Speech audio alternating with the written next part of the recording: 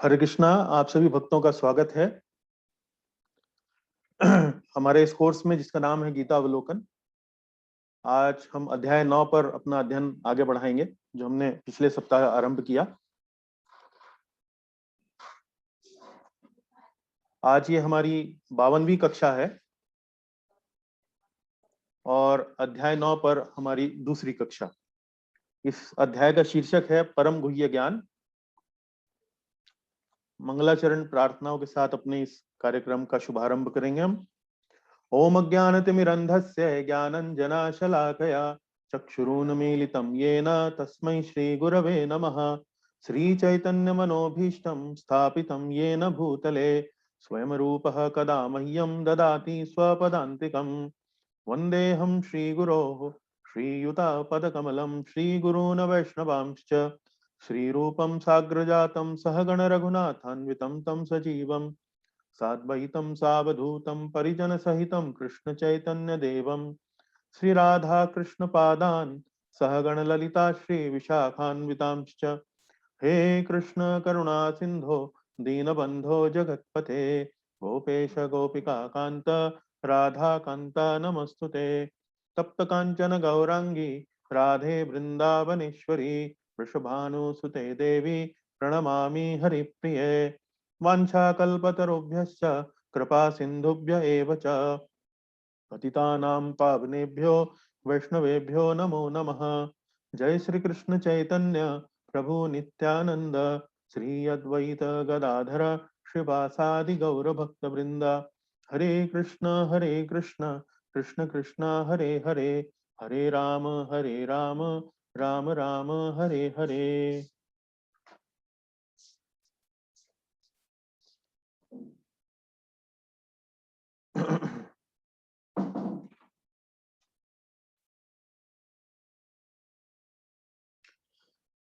चलिए, अब आपके सामने अभी जो स्लाइड मैं दिखा रहा हूं वो है अध्याय 9 का अवलोकन मानचित्र, ओवरव्यू मैप। और पिछली कक्षा में हमने 9वें अध्याय के पहले 2 श्लोक पढ़े और मैंने आपको इस बात पर बल दिया था कि 9वां ये जो अध्याय है ये बहुत महत्वपूर्ण अध्याय है। और पहले 2 श्लोकों में हमने इसमें इस अध्याय में जो ज्ञान दिया जाने वाला है, जिसे परम गुह्य ज्ञान भगवान ने उसको इस प्रकार से उसको विशेषता उसकी बताई है, उस परम गुह्य ज्ञान का भगवान श्री कृष्ण अपने शब्दों में गुणगान करते हैं और अर्जुन को बताते हैं कि ये ज्ञान कितना महत्वपूर्ण है और कितना परम गुह्य है। और इस संबंध में वो पहले 2 श्लोकों की व्याख्या अर्जुन के सामने करते हैं। तो चलिए, आज हम अपनी इस कार्यक्रम को आगे बढ़ाएं। आज हम तीसरे श्लोक से लेके 10वें श्लोक तक इस पर चर्चा अपनी आगे बढ़ाएंगे।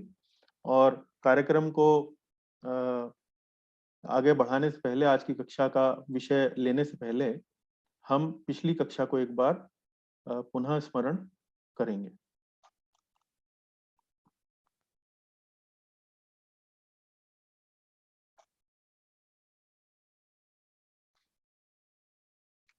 तो पिछली कक्षा में हमने केवल 2 ही श्लोक लिए। आमतौर पर हम कई बार अपनी कक्षाओं में 5 या 6 या कई बार 10 श्लोकों तक भी अध्ययन करते हैं, पर इस बात से आप अंदाजा लगा सकते हैं कि केवल हमने 2 ही श्लोकों पर अध्ययन किया तो ये श्लोक वास्तव में कितने महत्वपूर्ण हैं। और वो महत्वपूर्ण इसलिए हैं कि अध्याय 9 में भगवान श्री कृष्ण ने शुद्ध भक्ति का वर्णन किया है। और हमने पिछली कक्षा में आपको बताया था कि भगवत गीता जो है वो समस्त वैदिक साहित्य का सार है। और भगवत गीता का भी सार अगर देखा जाए तो वो क्या है, वो है भगवत गीता में मध्य के बीच के जो 6 अध्याय हैं वो भगवत गीता का सार है। और इन 6 अध्यायों का भी सार यदि देखा जाए तो वो कौन है, वो है अध्याय 9 और अध्याय 10।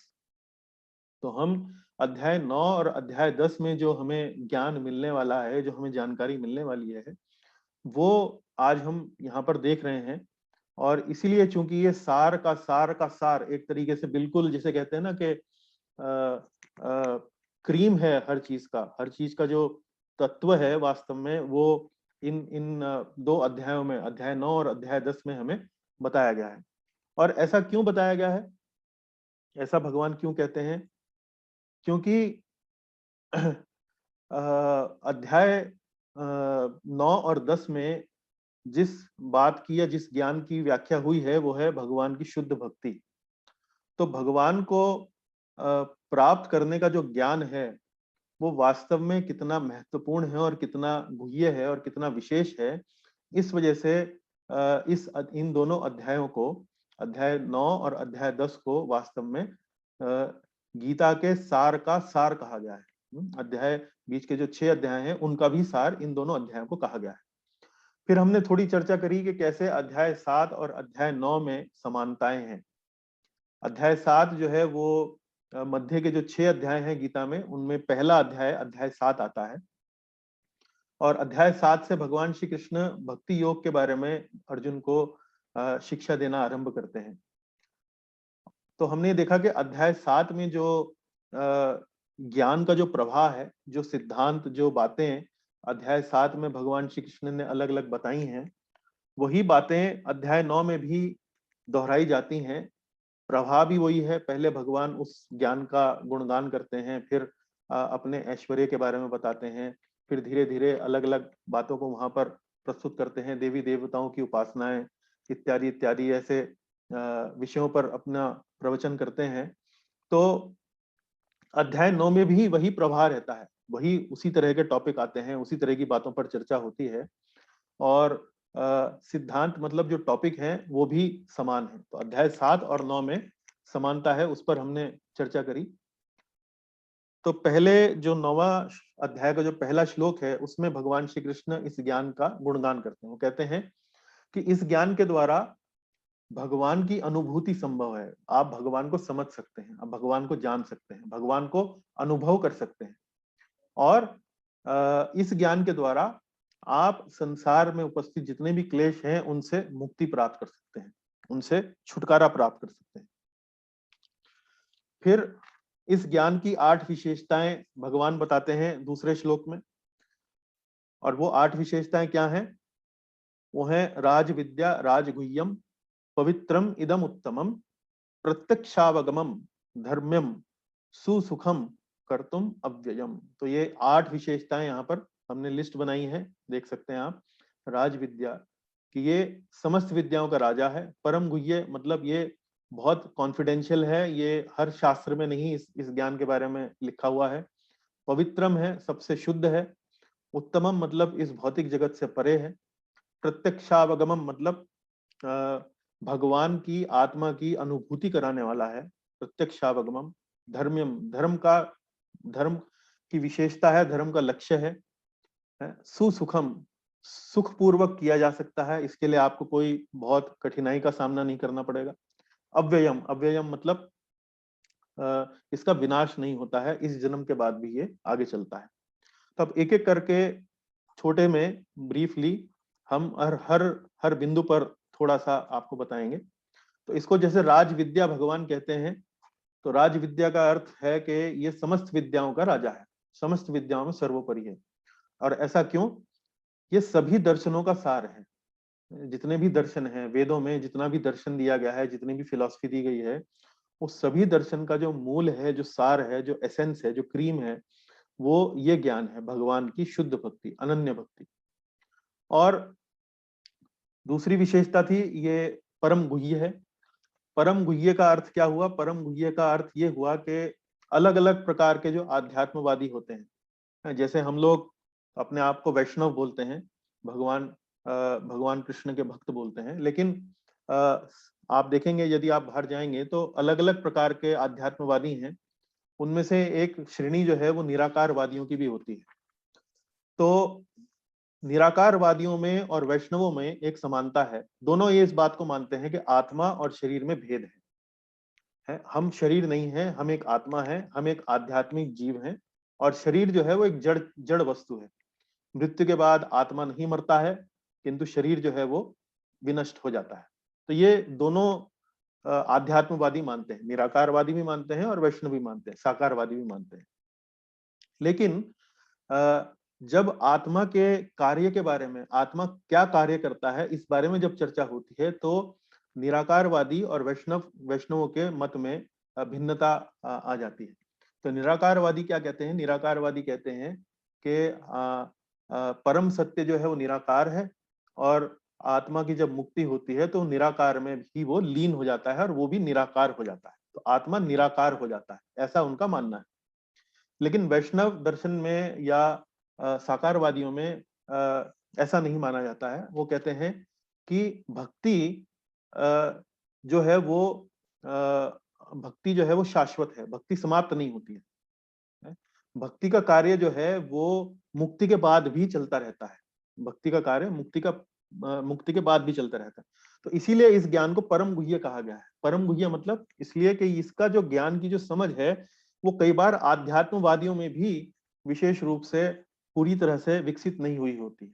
तो इसलिए इसी ज्ञान को परम गुह्य कहा गया है कि ये आत्मा के कार्य के बारे में है। आत्मा का कार्य अर्थात भक्ति। आत्मा का कार्य क्या है? भगवान की भक्ति करना, भगवान की सेवा करना। और ये जो सेवा का कार्य है जो हमने अब इस जगत में, इस जीवन में आरंभ किया है, आप भगवान की कथाएं श्रवण करते हैं, भगवान का नाम लेते हैं, भगवान को अर्पित किया हुआ भोजन प्राप्त करते हैं, तो भक्ति में कार्य आप जो करते हैं, वो जो कार्य हमने इस जीवन में आरंभ किया है वो मुक्ति के बाद भी चलता है, वो निराकार नहीं हो जाता है, निराकार में लीन होकर वो समाप्त नहीं हो जाता, इसलिए इसको परम गुह्य कहा गया है। उसके बाद पवित्रम। पवित्रम का अर्थ है कि हमने आपको एक श्लोक दिखाया था पद्म पुराण से, जिसमें जब भी कोई जीव कोई भी कार्य करता है तो उसका एक बीज जो है वो उत्पन्न हो जाता है। अगर कोई अच्छा कार्य करता है तो अच्छा बीज उत्पन्न होता है, कोई बुरा कार्य करता है तो कोई बुरा बीज उत्पन्न होता है। तो ये जितने भी बीज उत्पन्न होते हैं ये समय के साथ साथ बढ़ते रहते हैं, जैसे वृक्ष बढ़ता है। और जब वृक्ष बड़ा हो जाता है तो इस पे फल लगते हैं, फूल लगते हैं, फिर फल आते हैं, और फिर वो फल जब पक जाता है तब हमें उसका कर्म का जो हमारा जो फल है हमें प्राप्त होता है। वो हमें इस जीवन में भी प्राप्त हो सकता है, अगले जीवन में भी प्राप्त हो सकता है। तो पवित्रम का अर्थ क्या हुआ भक्ति का, कि जब हम भक्ति करते हैं तो हमारे पाप और पुण्य जितने भी हमारे बीज हैं, कर्मों के जो बीज हैं, जो फल हैं, या चाहे तो वो बीज की अवस्था में है, चाहे वो वृक्ष की अवस्था में है, चाहे वो फल की अवस्था में है, चाहे वो फलीभूत होने वाले हैं, वो सारे के सारे जो पाप हैं वो हमारे जड़ से विनष्ट हो जाते हैं। हमें फिर उनका उनका जो प्रतिक्रिया है वो नहीं मिलती। उत्तमम। उत्तमम का अर्थ क्या है? तम का मतलब है अंधकार, उत्तम का मतलब है अंधकार से परे। तो भौतिक जगत से परे है। तो ये जो विद्या है ये भौतिक नहीं है, ये मटेरियल नहीं है, ये आध्यात्मिक विद्या है। और ये आध्यात्मिक जगत की ओर हमें ले जाती है, तो इसे उत्तम कहा गया है। फिर प्रत्यक्षावगमम। प्रत्यक्ष मतलब एकदम साक्षात। जैसे मैं इस समय आपको वीडियो स्क्रीन पर देख सकता हूं, आप मुझे देख सकते हैं, तो इसी प्रकार से भक्ति से जो हमें सुख मिलने वाला है, भक्ति से जो हमें आनंद मिलने वाला है, उसकी प्रत्यक्ष अनुभूति, उसका प्रत्यक्ष अनुभव, डायरेक्ट अनुभव आप कर सकते हैं। कैसे? जब आप इस प्रोसेस को अपनाएंगे, जब आप इस प्रक्रिया को अपने जीवन में उतारेंगे, भगवान की कथाओं का श्रवण करेंगे, भगवान के नाम का जप करेंगे, इस प्रकार से अलग अलग प्रकार से जो प्रक्रिया अपनाएंगे, तो आप देखेंगे कि आपके जीवन में एक सुख शांति का अनुभूति आपको होगी। तो ये ही बात यहाँ पर लिखी है कि ये प्रत्यक्षावगमन है, मतलब ये डायरेक्ट आपको आध्यात्मिक सुख का अनुभव प्रदान करता है। फिर धर्म्यम। धर्म्यम का अर्थ क्या हुआ कि धर्म के अनेक अनेक रूप हैं। कोई कहता है कि धर्म का मतलब यह है मानवता की सेवा करना, कोई कहता है दान करना, कोई कहता है पुण्य करना, कोई कहता है यज्ञ करना, कोई कहता है तपस्या करना। तो धर्म के अलग अलग रूप हैं, लेकिन धर्म्यम का अर्थ यह है कि धर्म के जितने भी रूप हैं वास्तव में उनका लक्ष्य क्या है? उनका लक्ष्य है भगवान की भक्ति तक जीव को पहुंचाना। चाहे आप दान करें, तप करें, तपस्या करें, इत्यादि जो भी आप धार्मिक कार्य करें, हर धार्मिक कार्य का परम लक्ष्य क्या है? वो है भगवान की अनन्य भक्ति तक पहुंचाना आपको। तो जो भी धार्मिक कार्य आप करेंगे उससे आपके हृदय में शुद्धता होगी और भगवान की भक्ति के प्रति आपकी जो चेतना है वो धीरे धीरे अनुकूल बनेगी। तो ये धर्म्यम का अर्थ हुआ। आगे देखते हैं। सुसुखम। इसके लिए आपको कोई जंगल नहीं जाना है, इसके लिए आपको कोई आसन तैयार नहीं करना है, कोई आपको अपना संसारिक जीवन जो है, भौतिक जीवन जो है वो आपको छोड़ना नहीं है। जो विवाहित हैं उन्हें ऐसा नहीं है कि पत्नी को त्यागना है या पत्नी को पति को त्यागना है, बच्चों को छोड़ना है, व्यापार को छोड़ना है, नौकरी छोड़ना है, ऐसा नहीं है। आप जिस स्थान पर हैं, जिस स्थिति में हैं, उसी स्थिति में आप सुखपूर्वक आप सरलता से भक्ति को प्रतिपादित कर सकते हैं, उसको एग्जीक्यूट कर सकते हैं। क्या आप भगवान को एक छोटा सा फूल भाव से, प्रेम से अगर आप चढ़ाएं, वो भक्ति है। भगवान को आप भोजन बना के प्रेम से आप उन्हें चढ़ाएं, वो भक्ति है। भगवान का प्रेम से आप गुणगान करें, भगवान की कथाएं प्रेम से आप सुने, श्रद्धा से आप सुने, वो भक्ति है। ये सुसुखम है, इसे सरलता से प्रतिपादित किया जा सकता है। और अव्ययम, तो जैसा मैंने आपको पहले भी बताया, जब हम यहाँ पर परम गुह्य वाले बिंदु पर बात कर रहे थे, तो अव्ययम, अव्ययम का अर्थ है ये मुक्ति के बाद भी चलती है। मुक्ति के बाद ऐसा नहीं है कि समाप्त हो जाती है, निराकार में लीन होने के बाद भक्ति समाप्त हो जाती है, ऐसा नहीं है। तो मुक्ति के बाद भी ये चलती है, तो इसलिए इसको अव्ययम बोला गया है। ये शाश्वत है, ये चिरस्थायी है, ये खत्म नहीं होती, समाप्त नहीं होती। चलिए, तो आज हमने ये जब रिवीजन किया, तो रिवीजन में आप, आशा है आपको पिछले क्लास के सारे पॉइंट्स एकदम क्लियर हो गए होंगे। आज हम आज की कक्षा का नया विषय अध्याय 3 का, अध्याय 9 का ये जो श्लोक है, तीसरा श्लोक, यहाँ से हम आरंभ करते हैं। तो इस श्लोक में भगवान ने अब एक ऐसा बिंदु पर बल दिया है जो पिछले श्लोक में तो उसकी विशेषताएं बताई, शुद्ध भक्ति की विशेषताएं क्या हैं, क्या उसके लाभ हैं, और यहां हमें एक प्रकार से सावधान कर रहे हैं कि यदि ये अश्रद्धा अगर हमारे भीतर होगी, भक्ति के पथ के प्रति यदि अश्रद्धा हमारे भीतर होगी, श्रद्धा नहीं होगी, तो वास्तव में हमें भक्ति के मार्ग का लाभ नहीं मिल पाएगा। तो यहाँ पर हमें श्रद्धा विहीनता से भगवान श्री कृष्ण चेतावनी दे रहे हैं। भगवान श्री कृष्ण कह रहे हैं, एक विपरीत गुण की व्याख्या कर रहे हैं। वो क्या है? अश्रद्धा, श्रद्धा का ना होना। अश्रद्धाना पुरुषा धर्मस्यास्य परन्तप अप्राप्य माम निवर्तन्ते मृत्यु संसार वर्त्मनि। अश्रद्धानः पुरुषा, तो जो लोग श्रद्धा नहीं रखते हैं, अश्रद्धानः पुरुषा धर्मस्यास्य परन्तप, तो इस धर्म में, जिस धर्म की बात भगवान ने दूसरे श्लोक में कही, उन्होंने क्या कहा? धर्म्यम। दूसरे श्लोक में आपने देखा एक शब्द आया था धर्म्यम, तो उसी धर्म्यम शब्द से आगे बढ़ाते हुए यहाँ कह रहे हैं कि इस धर्म में, इस पाथ में, इस मार्ग में धर्मस्यास्य परन्तप, तो जो लोग श्रद्धा नहीं रखते हैं इस धर्म में, यानी कि इस भक्ति में, भगवान की शुद्ध भक्ति में, हे अर्जुन, परन्तप क्या है? अर्जुन का एक नाम है। हे अर्जुन, जो लोग इस भक्ति मार्ग में श्रद्धा नहीं रखते हैं, अप्राप्य माम निवर्तन्ते, वो मुझे प्राप्त नहीं कर पाते हैं। निवर्तन्ते मतलब वापस आते रहते हैं, वो मुझे प्राप्त नहीं करते हैं तो वापस आते हैं। मृत्यु संसार वर्त्मनि, कहाँ आते हैं? इस मृत्यु के संसार में, जहां इस जन्म और मृत्यु के संसार में, जहां जन्म मृत्यु का चक्र चलता रहता है, उस संसार में, उस भौतिक जगत में वे वापस आते रहते हैं। तो यहाँ जैसे मैंने आपको बताया कि भगवान यहाँ पर एक विपरीत गुण की व्याख्या कर रहे हैं, और वो है अश्रद्धा। तो श्रद्धा का भक्ति के अंदर बहुत महत्वपूर्ण योगदान है। श्रद्धा का मतलब क्या? थोड़ी सी भी यदि आपके भीतर किसी व्यक्ति के अंदर श्रद्धा है कि हाँ, कोई ऐसी शक्ति है जो मेरे देखभाल कर रही है, जो मेरे ऊपर कार्य कर रही है, कोई ऐसी परम शक्ति है, वो संभव है कि आध्यात्मिक जीवन के आरंभ में आप उस शक्ति को भगवान श्री कृष्ण के रूप में उसको पहचान ना पाए, पर आपके भीतर यदि थोड़ी सी भी श्रद्धा है आध्यात्मिक कार्यों के प्रति, आध्यात्मिकता के प्रति, आध्यात्मिकता मतलब क्या? इस लोक के परलोक, इस लोक के आगे भी कोई जीवन है, कोई एक जगत है जो वास्तव में हमारे ऊपर एक शक्ति है, जो हमारे को चला रहा है, हमारे को, हमारी देखभाल कर रहा है, हमारे बारे में सोचता है, हमारे बारे में जानता है, समझता है। तो ये यदि एक भावना है, तो ये छोटी सी भी यदि श्रद्धा है, तो उसका भक्ति के अंदर बहुत महत्वपूर्ण योगदान है। और धीरे धीरे श्रद्धा जो है भगवान की कृपा से धीरे धीरे बढ़ती है, धीरे धीरे विकसित होती है। तो यदि ये श्रद्धा ना हो, यदि बिल्कुल भी लेश मात्र भी ये श्रद्धा ना हो, तो भक्ति में आगे नहीं बढ़ सकते हैं, और भौतिक जगत में ही धक्के खाने पड़ते हैं। भौतिक जगत में धक्के खाने पड़ते हैं मतलब अप्राप्य माम निवर्तन्ते मृत्यु संसार वर्त्मनि। मृत्यु संसार वर्त्मनि मतलब भौतिक जगत में ही धक्के खाने पड़ते हैं। और श्रद्धा ये कैसे उत्पन्न हो सकती है? इसका कोई तरीका है क्या? कोई इसकी दवाई है? कोई इसका रास्ता उपलब्ध है कि ये श्रद्धा हम विकसित कर सकें। तो प्रभुपाद जी अपने तात्पर्य में लिखते हैं कि ये श्रद्धा भक्तों की संगति से उत्पन्न होती है। जैसे हम संगति करते हैं, हम एक यदि किसी व्यक्ति को क्रिकेट खेलने का बहुत शौक है और हम उस व्यक्ति की संगति करने लगे, तो थोड़े समय बाद हमें भी क्रिकेट का शौक चढ़ जाता है ना।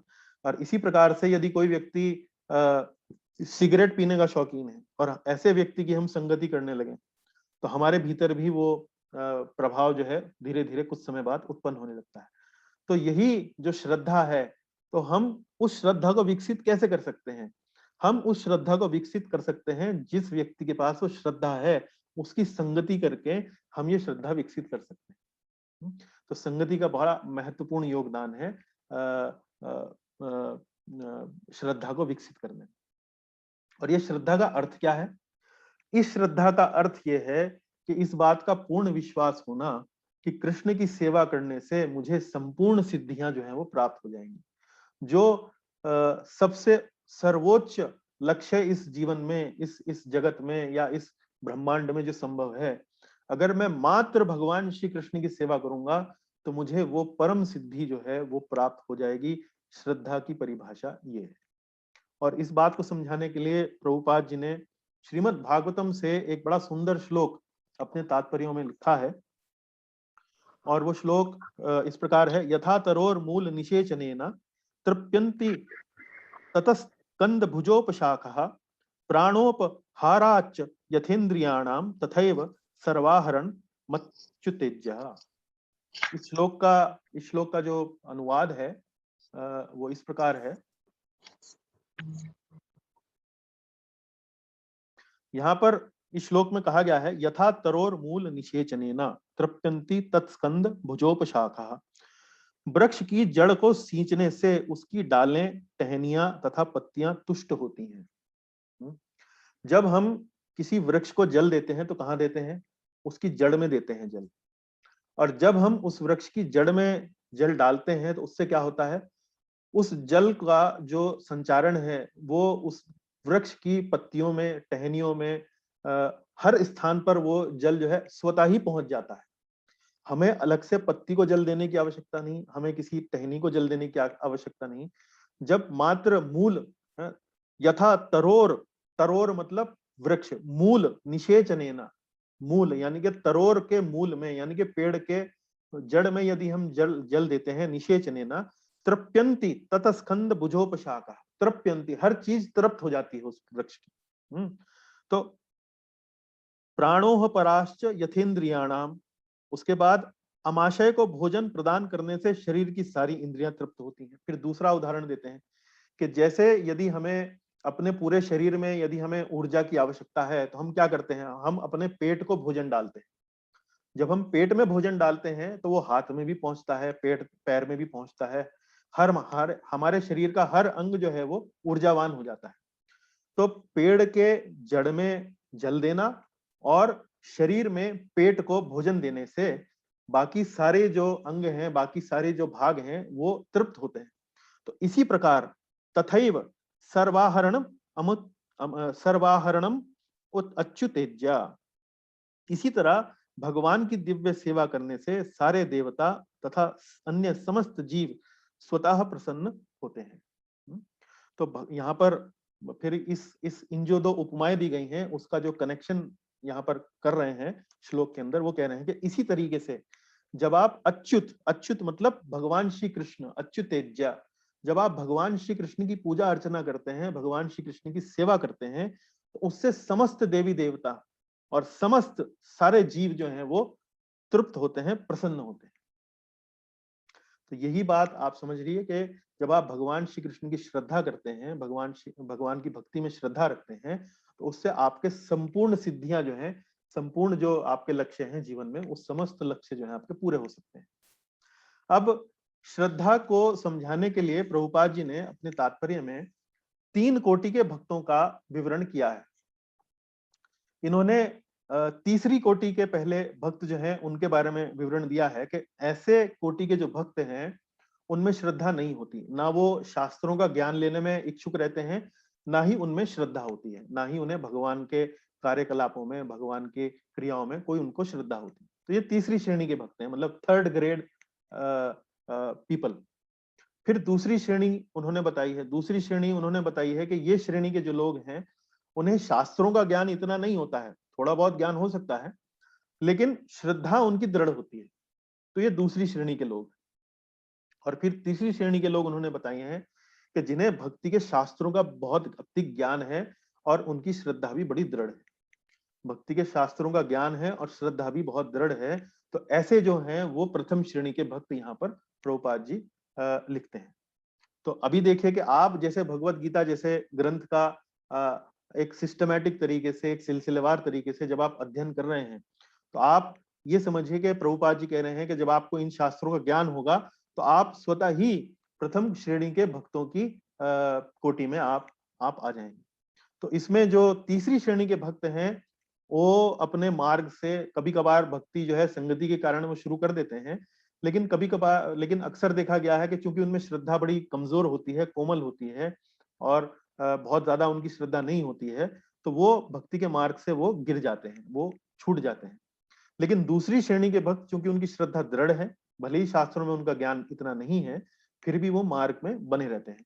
और जब दूसरी श्रेणी के लोग मार्ग में बने रहते हैं तो पहली श्रेणी के बारे में तो कहा ही क्या जाए। वो तो वास्तव में हमेशा चूंकि उनका शास्त्रों में बड़ा अच्छा पकड़ है, ध्यान है, ज्ञान है और श्रद्धा भी बड़ी दृढ़ है, तो वो अपने भक्ति के मार्ग से डिगते नहीं। इसके अलावा प्रभुपाद जी ने एक और माध्यम से तीन प्रकार के श्रद्धावानों के बारे में यहाँ विवरण दिया है। और यहाँ वे भागवतम के, श्रीमद् भागवतम के 11वें स्कंद से यहाँ पर उन्होंने बताया है कि प्रथम, द्वितीय और तृतीय श्रेणी के जो भक्त हैं, जो आस्तिक हैं, उनका भी वर्णन श्रीमद् भागवतम में हुआ है। और यहाँ पर उन्होंने अपने तात्पर्य में उनके बारे में विवरण अधिक नहीं दिया है, लेकिन यदि आप भागवतम का 11वां स्कंद देखें तो वहां पर तीन प्रकार के भक्तों का चर्चा है, जैसे कनिष्ठ अधिकारी, मध्यम अधिकारी और उत्तम अधिकारी। तो कनिष्ठ अधिकारी जो है वो एक छोटा भक्त है ना, जो आरंभ, जिसने भक्ति आरंभ करी है, छोटा भक्त। तो ऐसे भक्त की जो श्रद्धा होती है वो ये होती है कि भगवान जो है सिर्फ मंदिर में ही उपस्थित है और बाकी भगवान के जो जीव जंतु हैं, भगवान की जो रचना है, पूरा जगत है, वो उन्हें भगवान से जोड़कर नहीं देखता है। वो मात्र ये देखता है कि जब मैं मंदिर में आता हूं और विग्रहों के दर्शन करता हूं तो भगवान सिर्फ यही। तो चूंकि वो बाकी जीव जंतुओं को, बाकी प्राणियों को, बाकी लोगों को भगवान से जोड़ के नहीं देखता है, तो वो कई बार उनका अनादर भी करता है, कई बार उनसे झगड़ा भी करता है और इस प्रकार की उसकी चेतना रहती है। लेकिन इतना मानता है कि हाँ, भगवान मंदिर में उपस्थित है। फिर दूसरी श्रेणी का लोग भक्त है, वो है मध्यम अधिकारी। मध्यम अधिकारी की विशेषता यह है कि वो भगवान को मंदिर में तो देखता ही है, लेकिन बाकी दुनिया में भी बाकी जो लोग हैं उनको भगवान से जोड़कर देखता है और उनमें भेद करता है। भेद किस प्रकार से करता है कि हाँ, ये व्यक्ति जो है वो भगवान का भक्त है, तो मुझे इसके साथ मैत्री करनी चाहिए। ये व्यक्ति जो है ये भगवान के बारे में जानने में इच्छुक है, हालांकि जानता नहीं है, ये एक तरीके से मासूम है, इनोसेंट है, तो मुझे इसे भगवान के बारे में बताना चाहिए। और फिर तीसरी श्रेणी के लोग होते हैं कि ये तो भगवान से विपरीत हैं, ये तो नास्तिक हैं, भगवान की अवहेलना करते हैं, भगवान की निंदा करते हैं, उनसे दूरी बनाकर रखता है। तो इस प्रकार का भक्त है वो मध्यम श्रेणी का भक्त कहा जाता है। फिर एक उत्तम श्रेणी का भक्त है। उत्तम श्रेणी का भक्त जो है वो क्या है कि वो भगवान को तो हर जगह देखता ही देखता है, लेकिन यदि कोई ऐसे भक्त की जब निंदा करे, हैं, वो कहे कि जी आपने तो ये क्या कर दिया, और जब कोई अन्य व्यक्ति ऐसे भक्त की, उत्तम भक्त की निंदा भी करे तो भी उसमें वो दोष नहीं देखता है, तो ये हो गया उत्तम श्रेणी का भक्त। तो इस प्रकार से आप देखते हैं कि श्रद्धा जो है वो भक्ति के विकास में बहुत आवश्यक है, बहुत जरूरी है। और ये श्रद्धा को हम धीरे धीरे भक्तों की संगति से धीरे धीरे उसे हम बढ़ा सकते हैं। चलिए, तो ये पहले 3 श्लोक थे जिसमें हमने देखा कि भगवान श्री कृष्ण ने जो परम गुह्य ज्ञान अब अर्जुन को देने जा रहे हैं उसका गुणगान किया है, उसमें उस ज्ञान की विशेषताएं बताई हैं और उसमें अश्रद्धा के प्रति हमें सचेत किया है कि हमें अपने भीतर अश्रद्धा का भाव नहीं रखना चाहिए, हमें श्रद्धा का भाव रखना चाहिए यदि हमें इस ज्ञान से लाभ की अपेक्षा है, या यदि हम इस ज्ञान से लाभ चाहते हैं तो हमें श्रद्धा का भावना रखना चाहिए। अब यहाँ पर दूसरा जो विभाग है इस अध्याय का, जिसमें इस ज्ञान के बारे में भगवान अब बताना आरंभ करते हैं। तो सबसे पहले भगवान श्री कृष्ण अपने ऐश्वर्य ज्ञान को यहाँ पर हमें समझाते हैं कि श्री कृष्ण का इस जगत से क्या संबंध है। क्योंकि हम ये भक्ति किसके लिए कर रहे हैं? ये हम भक्ति कर रहे हैं भगवान श्री कृष्ण की। तो भक्ति का भाव हमारे भीतर जब उत्पन्न होता है जब हमें भगवान का ऐश्वर्य, कि भगवान कितने महान हैं, भगवान कितने चमत्कारी हैं, भगवान कितने कितने विस्मयकारी हैं, भगवान कितने मधुर हैं, इस प्रकार का जब हमारे अंदर भगवान के प्रति जब भाव होता है, तब हमारे अंदर भक्ति का जो भावना है वो प्रस्फुटित होती है, वो उत्पन्न होती है।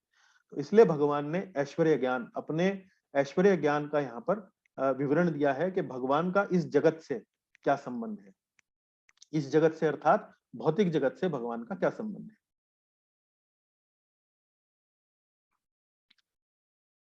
तो सबसे पहले भौतिक जगत से अपने संबंध के बारे में बताने में भगवान कहते हैं कि मैं इस भौतिक जगत का पालन करता हूं। मैं जो भी यहाँ पर सब कुछ चल रहा है उसकी देखभाल मेरे द्वारा ही होती है। मैं इस जगत का एक तरीके से मेंटेनर हूँ। तो चौथे, पांचवें और छठवें श्लोक में भगवान ने इस प्रकार का यहाँ पर हमें जानकारी दिया है। और चौथे श्लोक में भगवान कहते हैं, मया ततम इदं सर्वं जगत अव्यक्त मूर्तिना मदस्थानि सर्वभूतानि न चाहम तेष्वस्थिताः। मया ततम इदं सर्वम, मैं संपूर्ण जगत में व्याप्त हूं। मया, मया मतलब भगवान अपने लिए कह रहे हैं मैं। ततम इदम, ततम इदम, इदम मतलब इस संपूर्ण जगत में, सर्वम संपूर्ण जगत में हर जगह व्याप्त हूं। हर जगह मैं ही हूं। यहां देखो तो मैं हूं, वहां देखो तो मैं हूं, हर जगह मैं ही मैं। लेकिन कैसे व्याप्त हूं? जगत अव्यक्त मूर्तिना, मेरे अव्यक्त रूप में। मैं दिखाई नहीं देता हूं। भौतिक इंद्रियों से, अपनी आंखों से यदि आप मुझे देखना चाहो तो मैं दिखाई नहीं दूंगा। जगत अव्यक्त मूर्तिना, अव्यक्त, अव्यक्त का मतलब मैं दिखता नहीं हूं, भौतिक इंद्रियों से अदृश्य हूं मैं। मदस्थानी सर्वभूतानी, सर्वभूतानी, सर्वभूतानी मतलब समस्त जीव। मतस्थानी, मत मतलब मेरे अंदर, मेरे अंदर स्थित हैं। सब जीव मेरे अंदर स्थित हैं, समस्त जीव मुझ में हैं। अर्थात क्या? वे सब मुझ पर निर्भर हैं, सब मुझ पर निर्भर हैं। हर जीव जो है यदि जीवित है, यदि वो कार्यशील है, तो वास्तव में मेरी कृपा ही है जो वो कार्यशील है। हर बात के लिए वो मुझ पर निर्भर है। न चाहम तेष्व अवस्थिता, किंतु मैं उनमें नहीं हूं। न चा अहम, न चा अहम, अहम मतलब मैं नहीं हूं। तेष्व, तेष्व मतलब उनमें, अवस्थिता मैं उनमें स्थित नहीं हूं। किंतु मैं उन पर निर्भर नहीं। वे मुझ पर निर्भर हैं पर मैं उन पर निर्भर नहीं। तो आप देखेंगे कि यहाँ पर अध्याय 7 से, हमने जैसे आरंभ में बताया कि अध्याय 7 से इस अध्याय की समानता है। वो कैसे? अध्याय 7 में आपको ध्यान हो, भगवान ने कहा था कि मैं इस जगत में हर जगह हूं पर मैं दिखाई नहीं देता हूं। और एक उपमा दी थी, क्या कहा था? मैं वैसे ही दिखाई नहीं देता हूं जैसे कि एक मोती की माला है, और उस मोती की माला में मोती तो खूब सारे हैं, लेकिन जिस धागे पर वो मोती गुंधे रहते हैं वो धागा दिखाई नहीं देता। लेकिन यदि वो धागा नहीं हो तो माला टिकी नहीं रह सकती, मोती जो है वो तितर बितर हो जाएंगे। तो मेरी स्थिति उस धागे की तरह है। मैं दिखाई नहीं देता हूं, लेकिन सब कुछ जैसे मोती माला में धागे पर टिके रहते हैं, वैसे ही सब कुछ इस जगत में, इस दुनिया में हर चीज मुझ पर टिकी हुई है। मतस्थानी सर्वभूतानी। तो उसी भाव को भगवान श्री कृष्ण ने यहाँ पर आगे बढ़ाया है। और यहाँ पर यदि आप प्रभुपाद जी का तात्पर्य देखें तो प्रभुपाद जी ने एक बहुत सुंदर श्लोक यहाँ पर दिया है। वो है भक्ति रसामृत सिंधु नामक जो एक भक्ति का ग्रंथ है। उस ग्रंथ से उन्होंने यहाँ पर एक श्लोक दिया है। और वो श्लोक इस बात को समझाने के लिए दिया है कि भगवान को हम कैसे देख सकते हैं। चूंकि यहाँ पर इस बात का विवरण आया है कि मैं अव्यक्त रूप में, जगत अव्यक्त मूर्ति ना, कि मैं इंद्रियों से दिखाई नहीं देता हूँ। तो यहाँ पर प्रभुपाद जी ने उस श्लोक को दिया है भक्ति रसामृत सिंधु से इस बात को समझाने के लिए कि भगवान को वास्तव में देखने की टेक्निक क्या है, उनको देखने का जो एक फॉर्मूला है वो क्या है। और वो श्लोक यहाँ पर इस प्रकार से है, अतः श्री कृष्ण नामादि न भवेत् ग्राह्यम इंद्रियैः सेवोन्मुखो हि जिह्वादौ स्वयमेव स्फुरत्यदाः। अतः श्री कृष्ण नामादि, भगवान श्री कृष्ण के नाम, यश, लीलाओं आदि को भौतिक इंद्रियों से नहीं समझा जा सकता। न भवेद ग्राह्यम इंद्रिय, ग्राह्य मतलब समझना, इंद्रिय मतलब इंद्रियाएं, हमारी सेंसेस। अतः श्री कृष्ण नाम आदि, भगवान श्री कृष्ण के नाम हैं, लीलाएं हैं, गुण हैं, इतने दुनिया भर के उनके क्रियाकलाप हैं, वो उनको समझना इंद्रियों से संभव नहीं है, कतई नहीं है। लेकिन कैसे समझे जा सकते हैं? सेवोन्मुखो ही जिह्वादो, लेकिन जो समुचित निर्देशन से भक्ति में लगा रहता है, जो एक गाइडेंस से है, एक मार्गदर्शन में जब एक भक्ति में लगा रहता है, सेवा में लगा रहता है, स्वयमेव स्फुरत्यदा, स्वयमेव, स्वयं एव मतलब ऑटोमेटिकली, अपने आप, स्वयं एव स्फुरत्यदा, स्फुरत्यदा मतलब बिल्कुल चुटकी बजाते ही है, जो समुचित निर्देशन में भक्ति में सेवा में लगा रहता है, उसे ही भगवान का साक्षात्कार हो पाता है। तो भगवान यहाँ कह रहे हैं कि भगवान को जानने का जो जो टेक्निक है, जो फॉर्मूला है, वो क्या है? भगवान की सेवा करना, भगवान की भक्ति में सेवा करना। और वो भक्ति में सेवा कहा, सेवन मुखो ही जिह्वा दो, वो जिह्वा से आरंभ होती है। जिह्वा से आरंभ कैसे होती है? भगवान के नामों का जप कीजिए, भगवान की कथाएं सुनाइए, भगवान के भगवान के लिए पकाया हुआ भोजन, उनको जब भोग लगा के जब प्राप्त किया जाता है तो वो भी जिह्वा से ही आरंभ होता है। भगवान के प्रसाद को चखिए। तो जो भगवान की जो सेवा जो जिह्वा से आरंभ होती है, जब हम उस सेवा को करते रहते हैं तो स्वयमेव स्फुरत्यदा। तो इस प्रकार से यहाँ पर प्रभुपाद जी समझा रहे हैं कि हालांकि भगवान हमारी भौतिक इंद्रियों के प्रति अदृश्य हैं, लेकिन भगवान का अनुभव करना, भगवान का साक्षात्कार कैसे हो सकता है और चुटकी बजाते हो सकता है? वो है भगवान की सेवा में लीन रहकर, भगवान की सेवा करते रहने से। उसके बाद इस बात को समझेंगे कि समस्त जीव मुझ में हैं, वे मुझ पर निर्भर हैं, और किंतु मैं उनमें नहीं हूं, मैं उन पर निर्भर नहीं हूं, और मैं अव्यक्त रूप से इस पूरे जगत में फैला हुआ हूं। उस बात को समझाने के लिए प्रभुपाद जी ने एक बड़ी सुंदर उपमा अपने तात्पर्यों में दी है। वो कहते हैं कि जैसे एक राजा है और वो राजा अपने महल में स्थित है, लेकिन वही राजा अपने शासन में, अपने राज्य में अपना कार्यभार कैसे चलाता है? वो इस प्रकार से चलाता है कि उसके जितने भी दफ्तर हैं, वहां पर यदि वो कोई आदेश भेज दे तो वो कार्य जो है वो तुरंत हो जाता है। तो राजा क्या उन सरकारी दफ्तरों में उपस्थित है?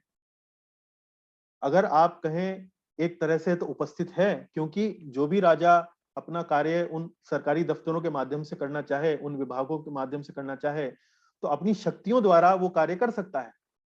लेकिन यदि फिजिकल रूप से देखें कि स्वतः वो स्वयं वहां पर उपस्थित है, वहां पर बैठा हुआ है, तो ऐसा नहीं है।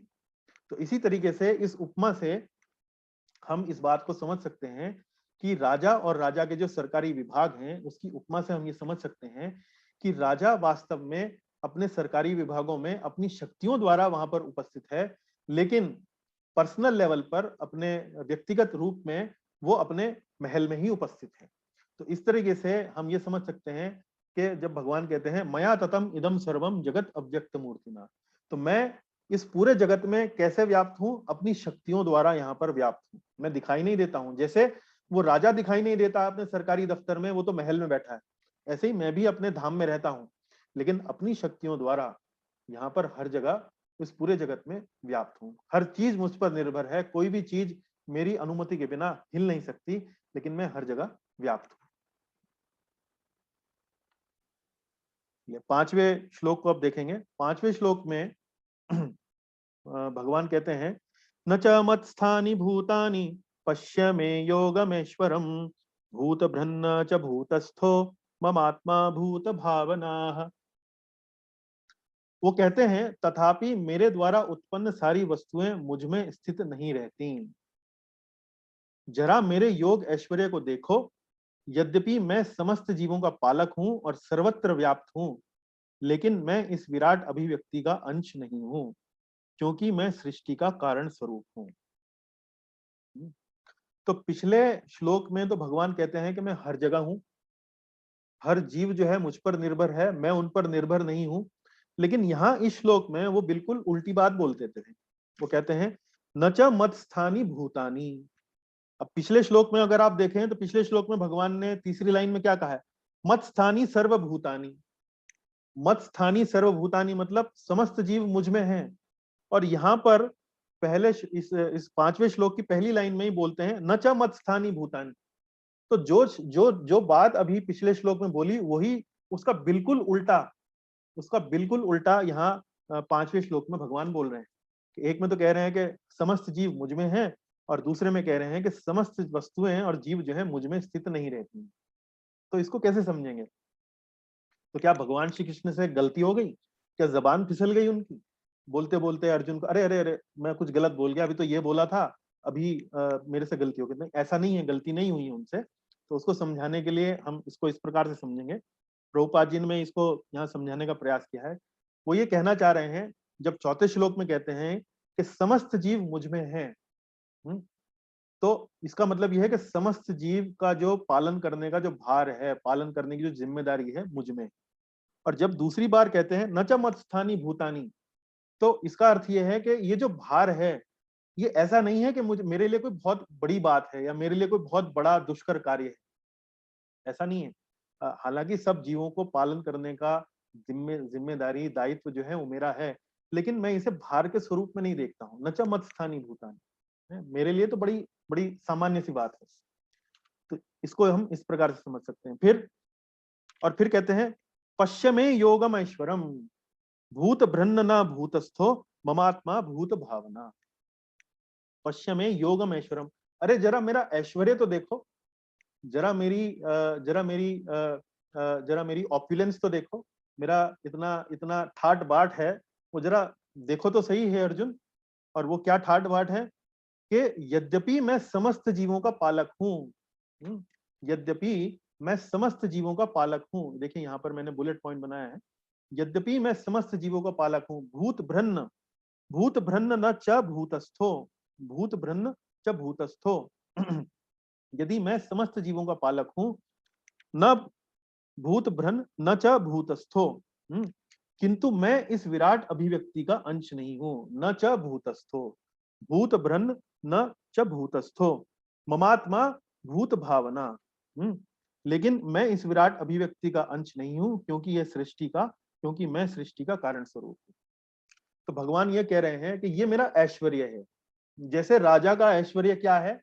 राजा का ऐश्वर्य ये है कि वो अपने दफ्तर में बैठा रहता है, अपने महल में बैठा रहता है, और मात्र अपने आदेशों से, अपने सिग्नेचर से वो पूरे देश के जो जितने भी सरकारी दफ्तर हैं उनके कार्यों को प्रभावित करता रहता है।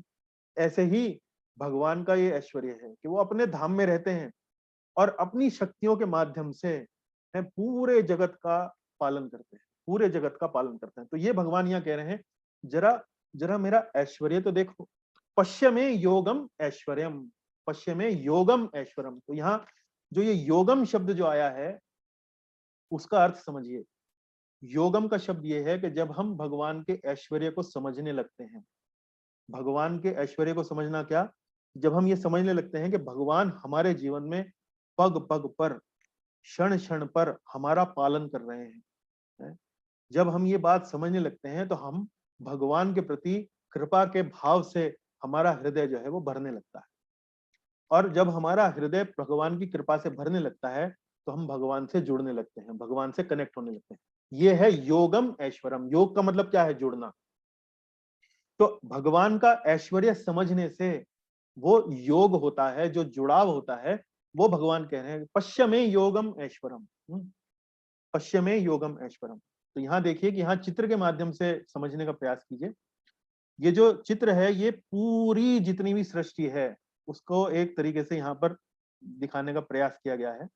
इस पूरी सृष्टि में 75% भाग जो है वो आध्यात्मिक जगत है, और ये बड़ा सारा ये जो धाम दिखाया गया है इसे है भगवान श्री कृष्ण का गोलोक धाम, जहां वो अपनी नित्य संगनी श्रीमती राधा देवी के साथ निवास करते हैं। तो ये भगवान का धाम है, जैसे राजा का महल होता है तो ये भगवान का धाम है। और उसी पूरी जगत के अंदर, पूरी सृष्टि के अंदर ये एक छोटा सा कोना, 25% भाग, यहाँ ये भौतिक जगत है। तो इस भौतिक जगत में जहाँ हम सब, आप सब प्राणी जो हैं जहाँ ये रहते हैं, वो भगवान कहते हैं कि मैं इस सब सृष्टि का मैं ही इस सब का पालन करता हूँ, मैं ही सर्वत्र व्याप्त हूँ, लेकिन मैं इसका अंश नहीं हूँ, मैं इसका अंश नहीं हूँ, मैं यहाँ हर जगह हूँ अपनी शक्तियों द्वारा।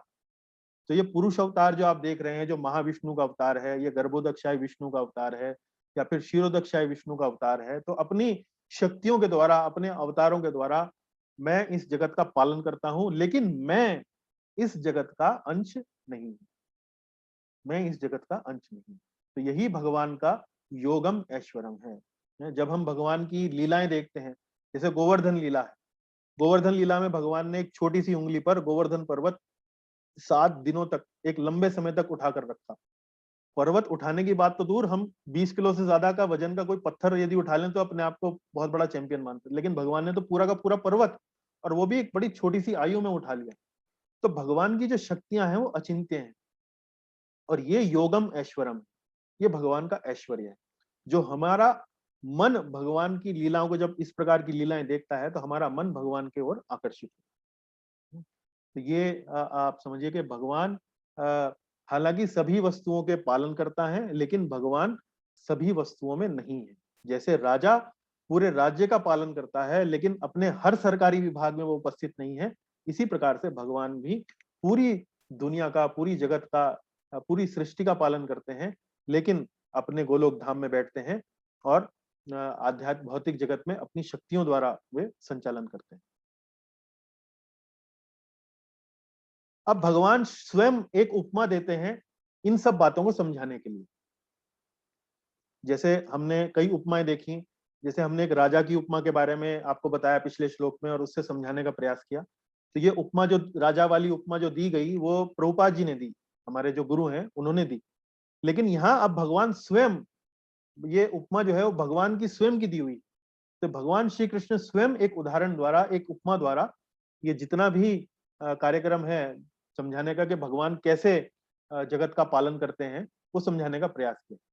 भगवान कहते हैं, यथाकाश स्थितो नित्यम वायु सर्वत्र गो महान तथा सर्वाणि भूतानि मतस्थानित्युपधारय।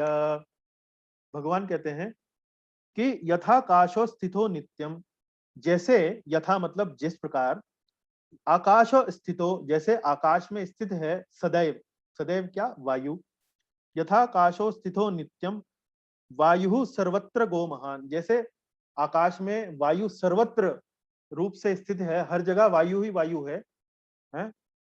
तथा सर्वाणि भूतानि, उसी प्रकार समस्त उत्पन्न प्राणियों को मुझ में स्थित जानो। तथा सर्वाणि भूतानि मतस्थानी त्युपधारया, उसी प्रकार से जितने भी सारे प्राणी हैं उनको मुझ में स्थित जानो। तो यहाँ देखिए, इस बात को समझाने के लिए मैंने एक लीला का सहायता ली है। ये लीला जो है वो भगवान की मृद भक्षण लीला है। मृद भक्षण लीला में उन्होंने जब वे बाल रूप में थे उन्होंने मिट्टी उठाकर खा ली थी, और जब उनके बड़े भाई बलराम जी ने अपनी माता यशोदा से भगवान श्री कृष्ण की शिकायत करी कि देखिए माता, कृष्ण जो है, कन्हैया जो है वो मिट्टी खा रहा है, उसे रोकिए। तो माता यशोदा कृष्ण से कहती हैं, तुमने मिट्टी खाई? कृष्ण कहते हैं, मैंने नहीं खाई, बलराम झूठ बोल रहे हैं। तो माता से फिर वो कहते हैं कि अगर आपको यकीन नहीं हो रहा है तो मैं मुंह खोल के दिखाता हूं, आप देख लीजिए, अगर मिट्टी दिख जाए तो मान लीजिएगा, और मिट्टी नहीं दिखे तो भगवान बलराम जी झूठ बोल रहे हैं। तो भगवान फिर अपना मुंह खोलते हैं। भगवान जब मुंह खोलते हैं तो माता यशोदा जब भगवान के मुख के भीतर देखती हैं तो मिट्टी तो दूर, वहां पर पूरा ब्रह्मांड उनको नजर आता है। ना सिर्फ ब्रह्मांड नजर आता है, उन्हें वृंदावन भी नजर आता है, उनको अपना स्थान भी नजर आता है जहां पर वो भगवान श्री कृष्ण को गोद में बैठकर अपना दूध पिला रही हैं, भगवान श्री कृष्ण भी नजर आते हैं। तो माता यशोदा देखकर चकित हो जाती हैं। तो लेकिन ये लीला इस बात को समझाने के लिए है कि सब कुछ भगवान के भीतर ही स्थित है। भगवान ये और कैसे स्थित है उसके लिए उदाहरण दे रहे हैं यहाँ पे। उदाहरण क्या है? जैसे वायु आकाश में स्थित है, आकाश की बाउंड्री के पार नहीं जाती है, जहां तक आकाश है वहां तक वायु जो है वो घूमती रहती है, आगे पीछे घूमती रहती है, वायु को कोई रोक टोक नहीं है। रोक टोक कहाँ है? आकाश के भीतर नहीं जाती। तो इसी प्रकार से भगवान कहते हैं कि सब कुछ मेरे भीतर स्थित है, मेरे भीतर उनको स्वतंत्रता दी गई है प्राणियों को, और वो अपनी स्वतंत्रता का प्रयोग करके उपयोग कर सकते हैं। लेकिन एक वो उनकी जो स्वतंत्रता है वो एक परिधि तक ही सीमित है। उनकी जो स्वतंत्रता है वो एक परिधि तक सीमित है। उसका उदाहरण कैसे? उसका उदाहरण देखिए, इस बात से समझ सकते हैं कि जैसे कोई एक गाय रस्सी से बंधी होती है, मान लीजिए रस्सी जो है वो 2 मीटर लंबी है, तो गाय 2 मीटर तक आना जाना कर सकती है, उठ सकती है, बैठ सकती है, लेकिन 2 मीटर के पार नहीं जा सकती, है ना? 2 मीटर के पार नहीं जा सकती। तो 2 मीटर तक की परिधि में वो घूम सकती है। तो इसी प्रकार से हम जो जीव जंतु हैं इस जगत के अंदर, हमारी भी हमारे पास भी स्वतंत्रता है। हम भी खूंटे से बंधी एक गाय के समान है, रस्सी से बंधी एक गाय के समान है। हमारे पास कुछ स्वतंत्रता है, लेकिन हर चीज हमारे अंदर हमारे वश में नहीं है। उसका उदाहरण कैसे दिया जाए? जैसे हमारे पास स्वतंत्रता है कि हम भाग सकते हैं, हम चल सकते हैं, हम उछल सकते हैं, कूद सकते हैं, लेकिन हम उड़ नहीं सकते हैं। उड़ने के लिए हमें क्या चाहिए? उड़ने के लिए हमें पक्षी का शरीर चाहिए। मानव शरीर में हम उड़ नहीं सकते, है ना? पक्षी का शरीर चाहिए। तो ये स्वतंत्रता हमारी सीमित है और असीमित नहीं है। तो इसी बात को समझाने के लिए भगवान उदाहरण दे रहे हैं कि जैसे वायु हर जगह व्याप्त है, लेकिन आकाश की परिधि में ही सीमित है। उसी प्रकार से समस्त प्राणी जो है मुझ में स्थित जानो। जितनी स्वतंत्रता मैंने उन्हें दी है, उतनी स्वतंत्रता ही आप समझिए कि वो प्राणियों के पास है, उससे बाहर उनके पास स्वतंत्रता नहीं। तो यहाँ प्रभुपाद जी ने अपने तात्पर्य में तैत्तिरीय उपनिषद से एक उपमा दी है। जैसे वायु भी भगवान के भय से प्रवाहित होती है। भगवान चाहते हैं तो वायु प्रवाहित होती है, भगवान नहीं चाहते हैं तो वायु प्रवाहित नहीं होती। फिर बृहद अरण्यक उपनिषद से वो एक उपमा देते हैं, वो कहते हैं भगवान के परम आदेश पर ही सूर्य, चंद्रमा तथा अन्य लोग घूम रहे हैं। तो कहने का भाव ये है कि भगवान इस जगत को पालन करता है। इस जगत में सब कुछ भगवान की मर्जी से ही चल रहा है, लेकिन फिर भी भगवान इस जगत में व्याप्त नहीं। भगवान इस जगत का पालन अपनी शक्तियों के माध्यम से करते हैं। अब अगला श्लोक देखते हैं। तो हमने चौथे, पांचवें और छठवें श्लोक में देखा कि भगवान इस जगत के पालन करता है और भगवान का इस जगत से संबंध कैसा है। एक पालनकर्ता के रूप में भगवान कैसे पालन करते हैं। अब यहाँ 7वें और 8वें श्लोक में भगवान बताते हैं कि ना मैं सिर्फ पालन करता हूं, ये जगत जो है उसका सृजन और उसका विनाश, उसकी प्रलय, वो भी मेरे से ही होती है। वो भी उसका भी जो जिम्मेदारी है, उसका भी जो बॉस है, जो मालिक है, वो भी मैं ही हूँ। मेरे ही शक्तियों के द्वारा इस जगत में सृजन होता है और इस जगत में प्रलय आती है। सर्वभूतानि कौन्तेय प्रकृतिं यान्ति मामिकाम् कल्पक्षये पुनस्तानि कल्पादौ विसृजाम्यहम्। कल्पक्षय पुनस्तानि कल्पादौ विसृजाम्यहम्। कल्पक्षय मतलब, कल्प मतलब क्या? हमने पिछले अध्याय में पढ़ा। कल्प का मतलब एक अवधि हमने बताई थी कि जो ब्रह्मा जी का जो एक दिन होता है वो एक कल्प के समान होता है। और उसमें चारों युग जो हैं वो आ जाते हैं। सत्य युग, त्रेता युग, द्वापर युग और आपका कलयुग। तो इस प्रकार से ये हमने कल्प के बारे में पिछले अध्याय में पढ़ा था। तो कल्प के अंत में कृष्ण में प्रवेश, और सृजन मतलब कल्प के प्रारंभ में पुनः उत्पन्न। तो जब एक कल्प का अंत होता है तो ये जितनी भी सृष्टि है, ये जितनी भी सृष्टि है वो भगवान श्री कृष्ण के शरीर में प्रवेश कर जाती है। और जब इस सृष्टि का उत्पन्न होने वाली होती है, इसका सृजन होने वाला होता है, तो यही कल्प के आरंभ में पुनः उत्पन्न हो जाती है। कल्पक्षय पुनस्तानी कल्प के कल्पक्षय मतलब कल्प के अंत होने पर सारे प्राणी मेरी प्रकृति में प्रवेश करते हैं, और कल्पादौ विसृजाम्य हम, और कल्प के आरंभ में वो उनका मैं पुनः उत्पन्न करता हूं, अपनी शक्ति द्वारा मैं उन्हें पुनः उत्पन्न करता हूं। तो यहाँ पर आपका मैं ध्यान इस बात पर दिलाना चाहूंगा कि अध्याय 8 में जहां हमने 19वां श्लोक पढ़ा था, वहां पर भी इस बात की चर्चा है कि कैसे जीव जो है वो प्रकट होते हैं। ब्रह्मा का जब दिन आता है तो जीव प्रकट होते हैं, और ब्रह्मा की जब रात्रि आती है तो वो असहायवत विलीन हो जाते हैं, अवशा वो विलीन हो जाते हैं। तो उस श्लोक में जो 8वें अध्याय का 19वां श्लोक है, और 9वें अध्याय का ये जो हम 7वां श्लोक पढ़ रहे हैं, उस श्लोक में भी कुछ उसी तरह की बात आई है, लेकिन एक थोड़ा सा अंतर है।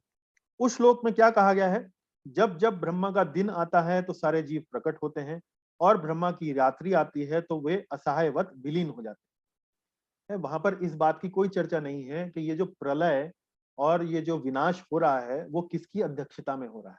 वहां एक बड़ा ही जनरल सी बात बताई गई है कि ब्रह्मा जी के दिन में प्रकट होते हैं, ब्रह्मा जी की रात्रि में विलीन हो जाते हैं।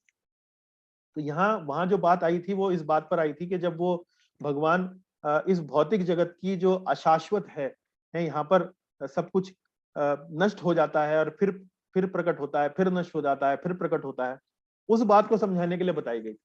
लेकिन यहाँ पर 9वें अध्याय में उस बात पर एक जानकारी और जोड़ दी गई 7वें श्लोक में, और वो जानकारी क्या है, भगवान यहाँ पर अब कह रहे हैं, ओनरशिप ले रहे हैं। भगवान कह रहे हैं कि वो जो कार्य होता है प्रलय का और जो विनाश का, वो मेरे कारण होता है। प्रकृति में सृजन और प्रलय मेरे अधीन है। तो यहाँ पर देखते हैं कि जो 8वें अध्याय में जो बताया गया है, 9वें अध्याय में उसमें एक एडिशनल जानकारी भगवान यहाँ पर दे रहे हैं, अपना ऐश्वर्य बता रहे हैं, और इस प्रकार से अपनी जानकारी को वो धीरे धीरे आगे बढ़ा रहे हैं। इसी श्लोक में प्रभुपाद जी ने छांदोग्य उपनिषद से एक उक्ति दी है। कहते हैं, एको हम बहुश्याम, एको हम बहुश्याम। एको हम बहुश्याम का मतलब, यद्यपि मैं अकेला हूं किंतु मैं अनेक हो जाऊंगा। तो उपनिषदों की जो भाषा है वो बड़ी विचित्र है, उसमें सीधा सीधा भगवान का चर्चा नहीं होती है। तो यहाँ पर देखिए, बड़ा पहेली बनाकर उस चीज को यहाँ पर लिखा गया है छांदोग्य उपनिषद में, एको हम बहुश्याम, यद्यपि मैं अकेला हूं किंतु मैं अनेक हो जाऊंगा। तो ये किस बात के लिए बताया गया है, सृजन की जो प्रक्रिया है, कि मैं अकेला हूं, मतलब जब प्रलय होती है तो सब कुछ मुझ में समा जाता है, तो मैं अकेला हो जाता हूं, लेकिन फिर मैं अनेक हो जाता हूं, बहुश्याम। बहुश्याम मतलब फिर भी जब सृजन होता है, कल्प का प्रारंभ होता है, तो मैं पुनः सृष्टियां प्रकट करता हूं और मैं अनेक हो जाता हूं। 8वां श्लोक अब देखेंगे। 8वें श्लोक में भगवान कहते हैं कि ये जो प्राणी जो उत्पन्न होते हैं, ये जो कल्प के आरंभ में जो प्रलय होता है, कल्प के आरंभ में जो सृजन होता है, और कल्प के अंत में जो प्रलय आती है, वो मेरी शक्ति द्वारा आती है। और यहाँ पर दोबारा से उसी चीज को आगे बढ़ाते हुए कहते हैं कि ये सारे के सारे जो प्रकट होता है और जो विनष्ट होता है, ये सिर्फ मेरी इच्छा से ही होता है, ये जब मैं इच्छा करता हूं तभी होता है। तो प्रकृतिम स्वामवष्टभ्य विसृजामि पुनः पुनः, भूतग्रामम इमं कृत्स्नम अवशम प्रकृते अवशात। अवशम प्रकृते अवशात।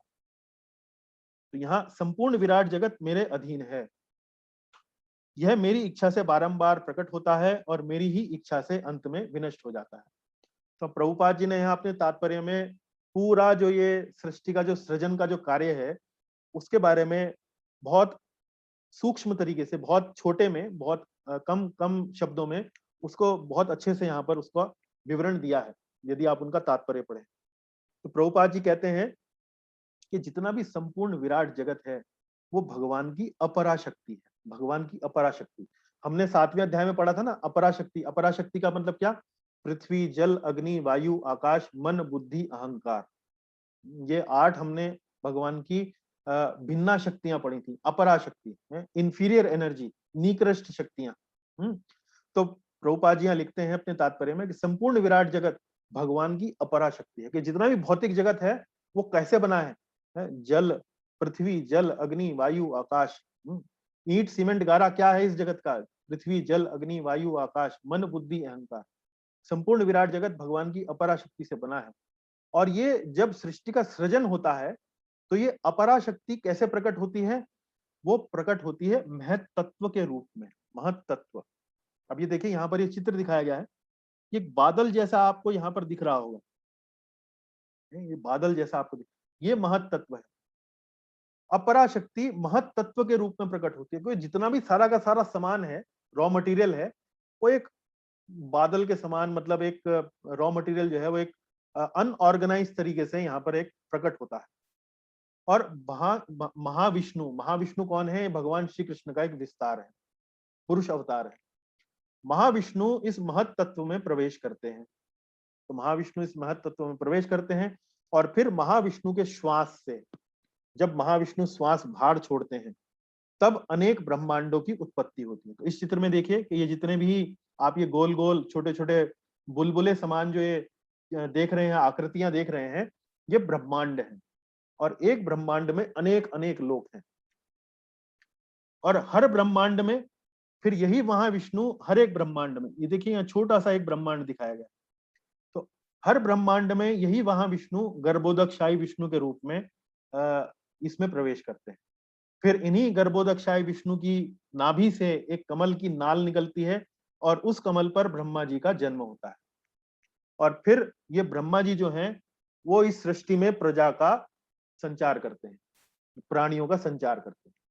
कहीं शेर, चीता, कुत्ता, बिल्ली, पेड़ पौधे, पशु पक्षी, सांप, बिच्छू, ये जितने भी हैं, ये सभी जो प्राणी हैं, ये ब्रह्मा जी जो हैं भगवान के निर्देशन में, भगवान की अध्यक्षता में उस सृष्टि में इन सबका संचार करते हैं।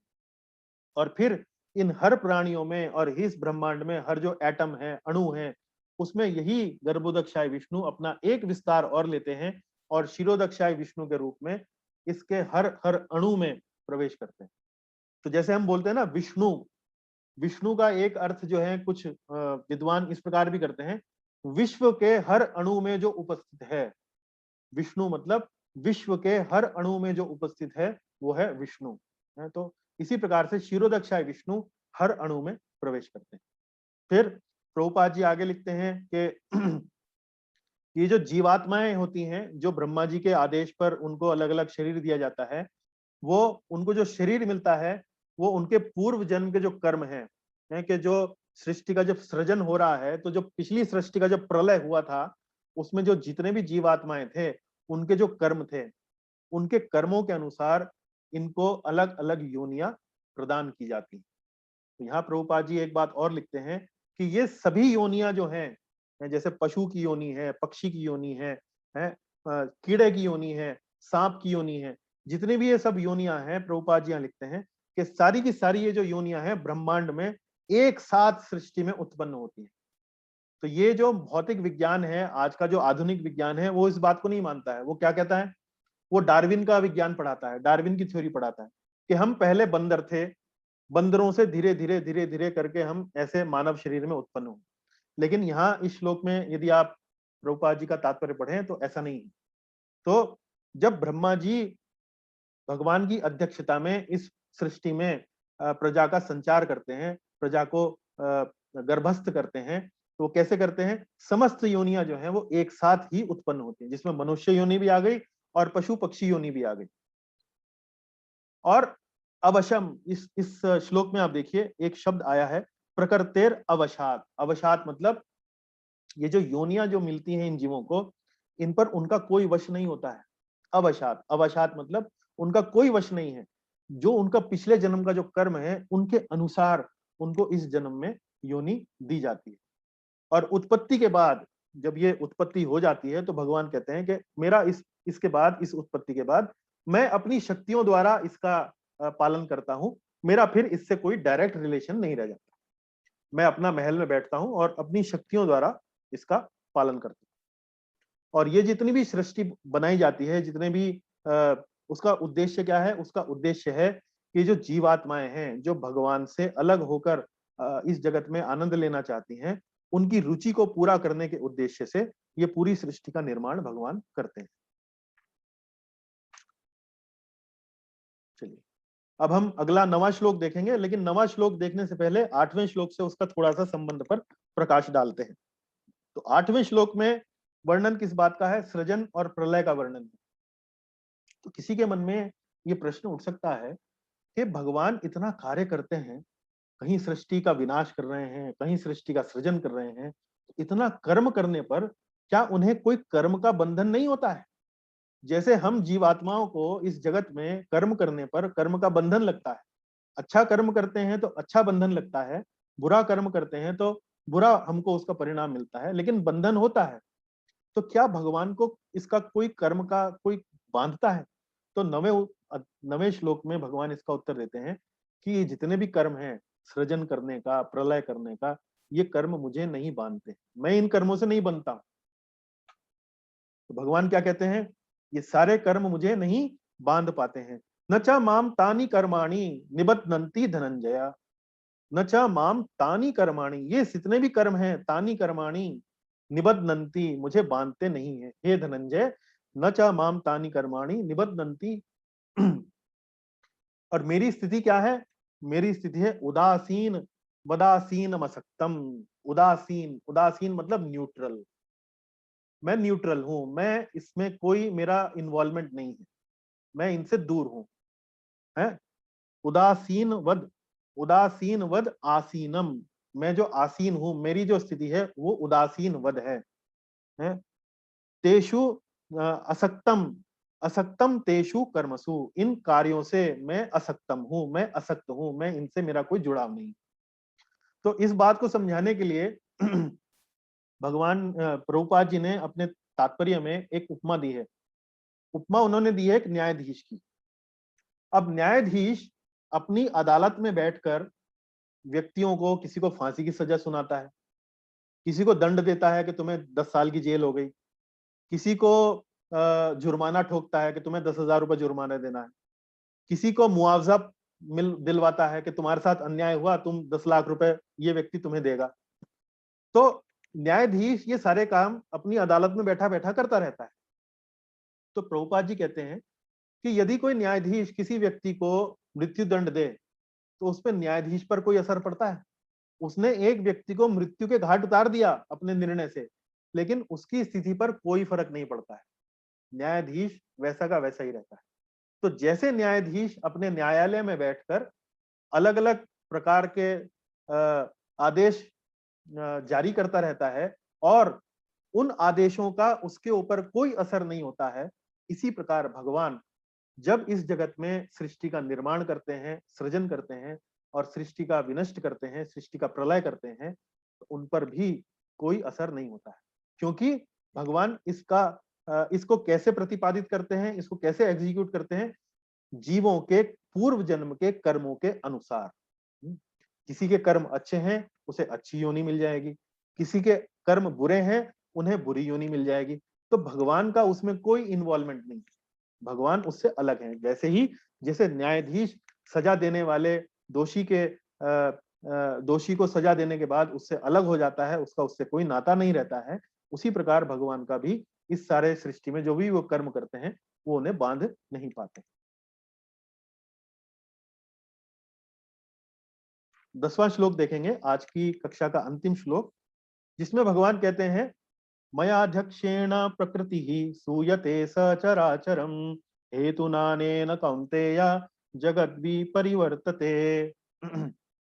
मयाध्यक्षेण प्रकृति, कि ये जो प्रकृति है, ये जो मेरी शक्ति है, जो मेरे लिए काम करती है, जिससे ये सब सृजन और निर्माण होता है, मयाध्यक्षेण प्रकृति, ये प्रकृति मेरी अध्यक्षता में ये सब चर और अचर जीवों को उत्पन्न करती है। सूयते, सूयते मतलब उत्पन्न करना। स अचरा चरम, अचर और चर, जितने भी मूव करने वाले, जितने भी हिलने डुलने वाले प्राणी हैं उन्हें चर कहा जाता है, और जितने भी अचर मतलब जो हिलते डुलते नहीं है, जैसे वृक्ष इत्यादि, उन्हें अचर कहा जाता है।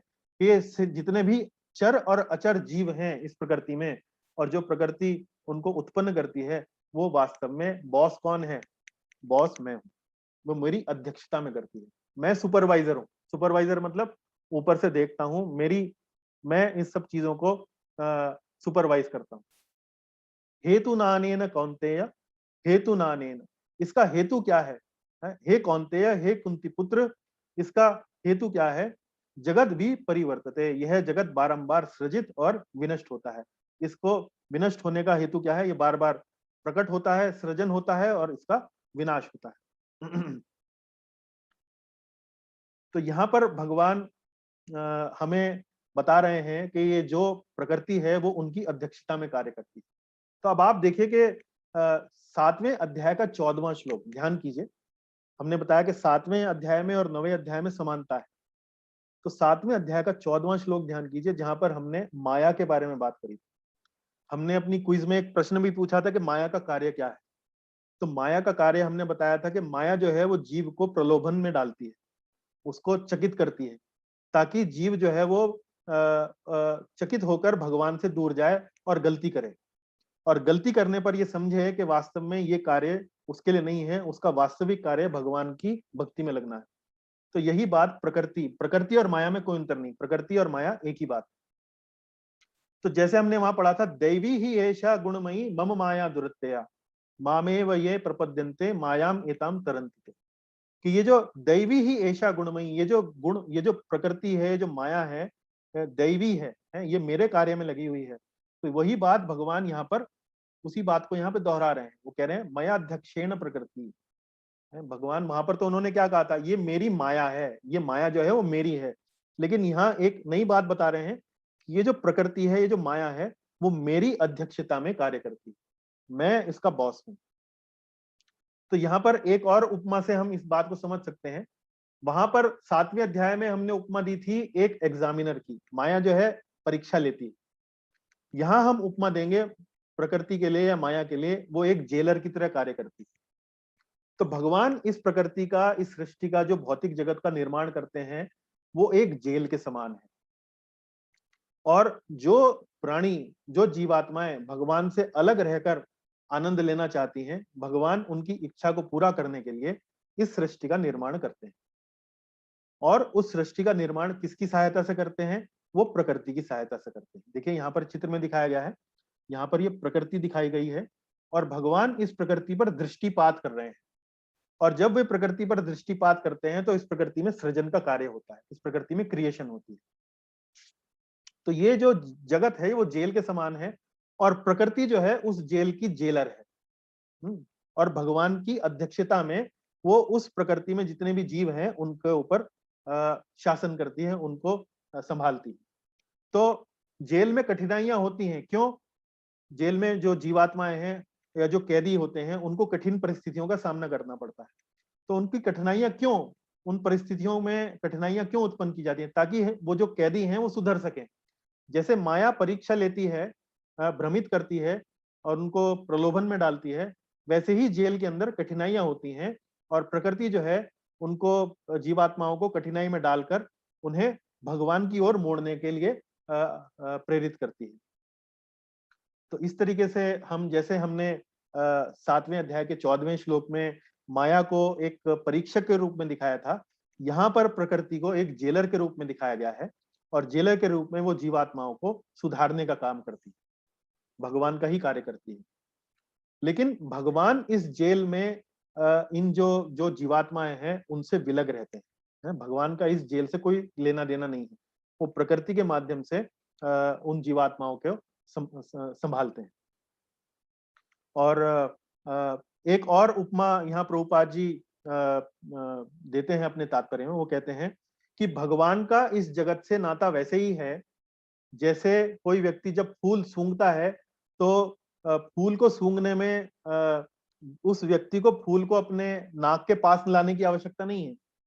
जो फूल की जो सुगंध है उससे ही और भगवान के और व्यक्ति के अंदर जो सुगंध की शक्ति है, सूंघने की जो शक्ति है, उस सूंघने की शक्ति जब वो फूल की सुगंध से जब संपर्क में आती है तो वह फूल को सूंघ लेती है।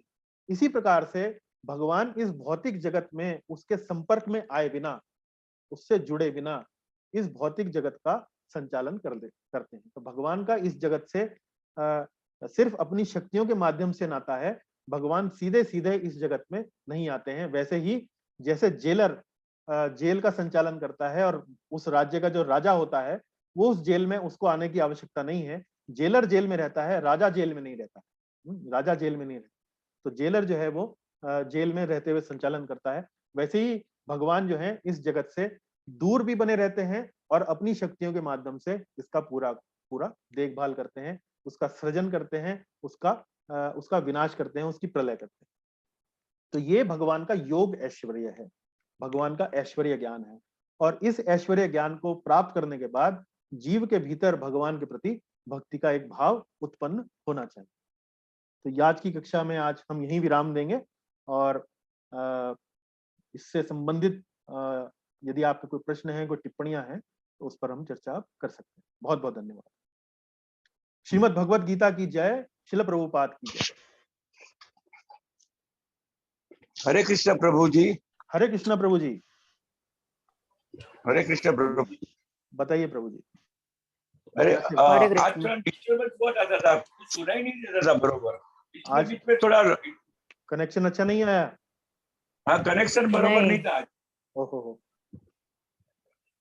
शायद सबका प्रॉब्लम होगा, मेरे को मालूम नहीं है। नहीं, हमको तो नहीं कोई प्रॉब्लम थी। नहीं, कनेक्शन बराबर था। Everything was okay. बराबर। प्रॉब्लम नहीं था। आप रिकॉर्डिंग देखिएगा, रिकॉर्डिंग में आपको क्लियर हो जाना चाहिए। ठीक है सर, ओके। हरे कृष्णा प्रभु जी। यस माता जी।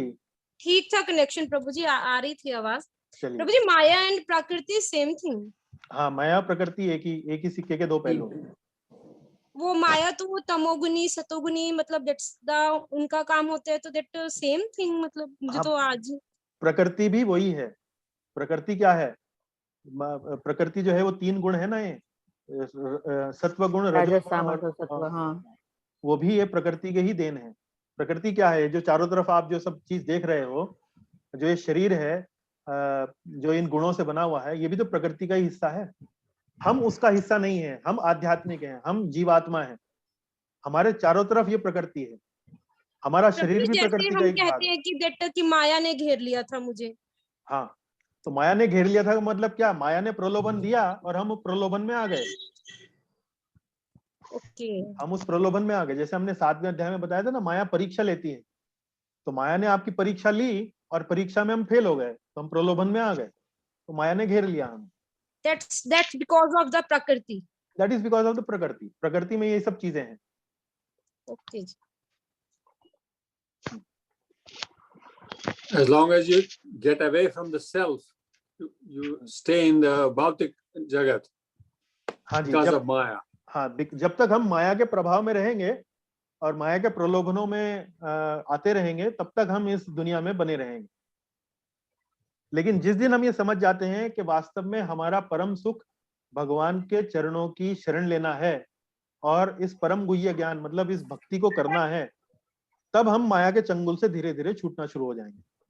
जैसे हमने आपको बताया, हमने वो श्लोक पढ़ा था ना, अतः श्री कृष्ण नाम आदि न भवेद ग्राह्यम इंद्रिय सेवन मुखो ही जिह्वादो स्वयमेव सुरत्यदा। तो जैसे ही हम भगवान की सेवा में लगने लगेंगे, वैसे वैसे तुरंत ही भगवान जो है हमें अपना अनुभव हमें कराने लगेंगे, हमें प्रभु जी।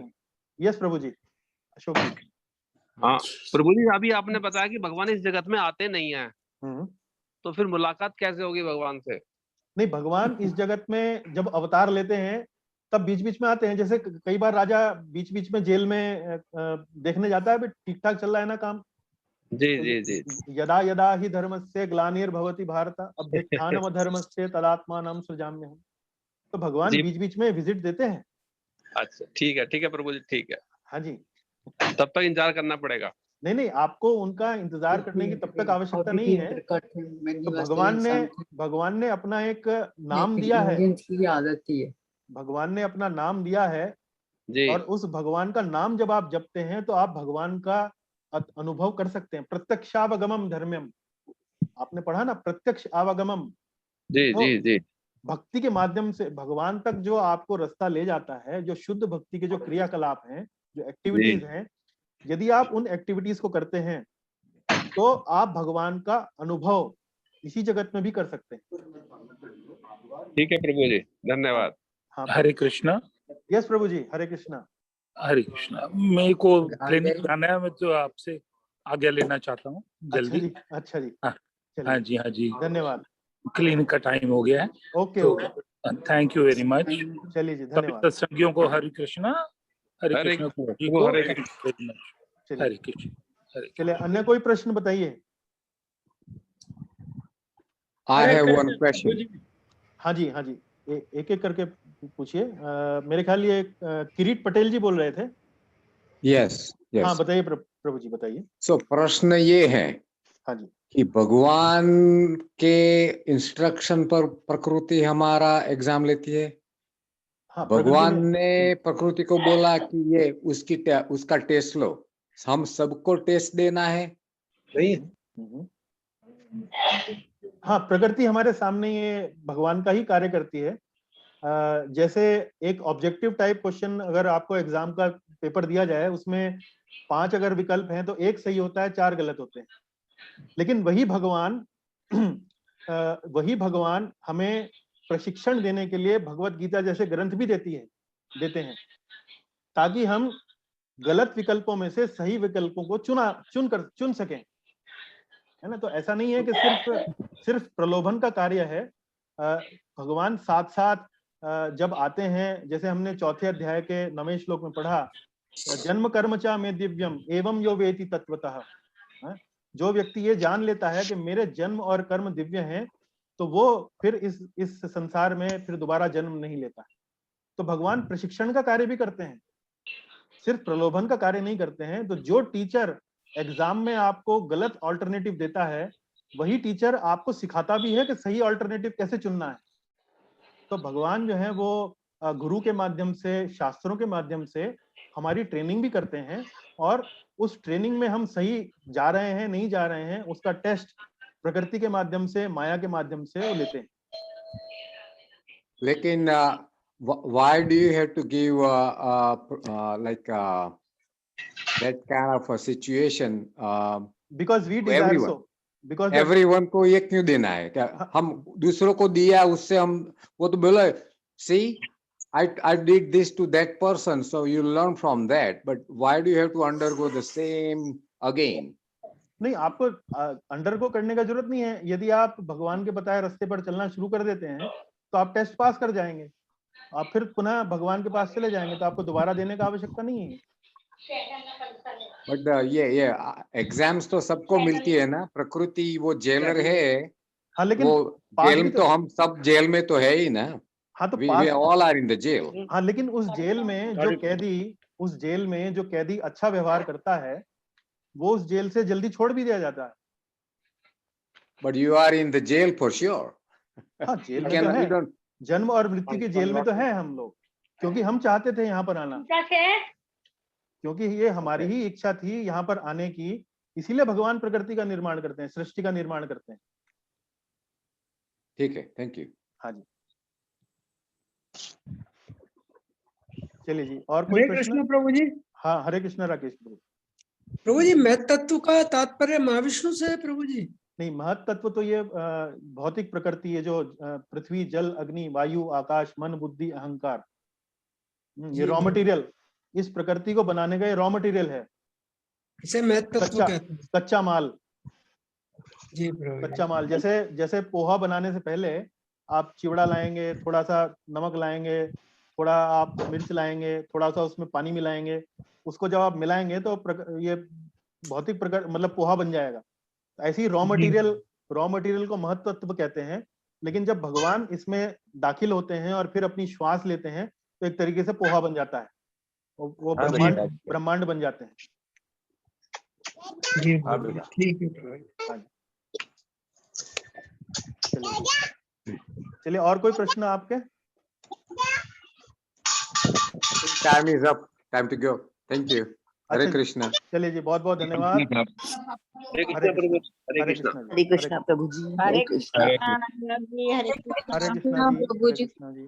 हरे कृष्णा हरे प्रभु जी, कृष्ण हरे कृष्णा हरे कृष्ण प्रभु जी, हरे कृष्णा प्रभु, हरे कृष्ण प्रभु जी, धन्यवाद। हरे कृष्णा प्रभु जी। हाँ जी, हरे कृष्णा।